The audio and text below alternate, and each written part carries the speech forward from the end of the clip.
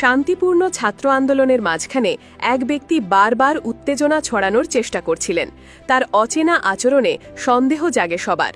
শেষে যখন ব্যাগ খুলে দেখা গেল চাঞ্চল্যকর কিছু প্রমাণ, তখন আর কেউ চুপ থাকেনি।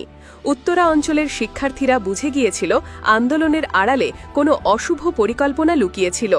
রাজধানীর উত্তরায় শিক্ষার্থীদের আন্দোলনের মধ্যে বিশৃঙ্খলা সৃষ্টির অপচেষ্টা ব্যর্থ করে দিয়েছে স্থানীয় ছাত্র জনতা। মঙ্গলবার ২২ জুলাই উত্তরা মাইলস্টোন স্কুলের সামনের শান্তিপূর্ণ কর্মসূচিকে ঘিরে উত্তেজনা ছড়ানোর অভিযোগে একজন রাজনৈতিক পরিচয়ধারী ব্যক্তিকে হাতে নাতে আটক করে পুলিশে সোপর্দ করা হয়। আটক ব্যক্তির নাম রিয়াদ মাহমুদ রাফি। তিনি ফেনীর দাগনভূঞা উপজেলার রাজাপুর ইউনিয়ন যুবলীগের সহসম্পাদক। তার বাড়ি আব্দুল নবী গ্রামের ভূঁইয়াবাড়িতে। স্থানীয়রা জানান, মাইলস্টোন স্কুলের শিক্ষার্থীরা ৬ দফা দাবিতে সড়কে অবস্থান নিয়েছিল, যেটি ছিল পুরোপুরি শান্তিপূর্ণ। আন্দোলনটি নিয়ন্ত্রিত থাকলেও হঠাৎ একটি অপরিচিত মুখ উত্তেজনাকর কথাবার্তা বলতে থাকে। শিক্ষার্থীদের উস্কে দিয়ে পুলিশের বিরুদ্ধে স্লোগান দিতে, এমনকি হামলার প্রস্তুতির মতো ভাষা ব্যবহার করছিল। তার অস্বাভাবিক আচরণে অনেকেই সন্দেহ প্রকাশ করেন। এরপরেই কয়েকজন ছাত্র ও অভিভাবক মিলে তাকে আটক করেন এবং ব্যাগে তল্লাশি চালান। সেখান থেকেই নানান ধরনের উস্কানিমূলক লিফলেট, ছাত্রদের উদ্দেশ্যে কিছু উগ্র বক্তব্য লেখা নোট এবং বিভিন্ন ছবি পাওয়া যায়, যা থেকে তার পরিকল্পনার আভাস মেলে।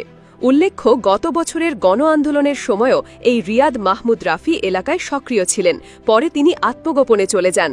ধারণা করা হচ্ছে, সে সময় থেকেই তিনি ঢাকায় অবস্থান করে বিভিন্ন সময় বিতর্কিত কর্মকাণ্ডে জড়িয়ে পড়েন।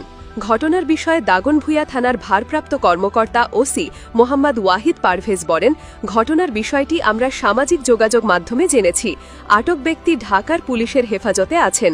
ফেনী মডেল থানায় তার নামে পূর্বের একটি মামলা রয়েছে।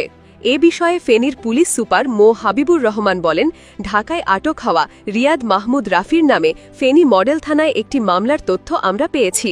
ঢাকাতেও তার বিরুদ্ধে মামলা দায়েরের প্রক্রিয়া চলছে। প্রয়োজনীয় আইনি প্রক্রিয়া শেষে তাকে ফেনীতে নিয়ে আসার কাজও শুরু হয়েছে। বিশ্লেষকরা বলছেন, শিক্ষার্থীদের ন্যায্য দাবিকে কেন্দ্র করে কেউ যদি উস্কানিমূলক কর্মকাণ্ডে লিপ্ত হয়, সেটি রাষ্ট্রের নিরাপত্তা ও শিক্ষা প্রতিষ্ঠানের পরিবেশ দুইয়ের জন্যই হুমকি হয়ে দাঁড়ায়।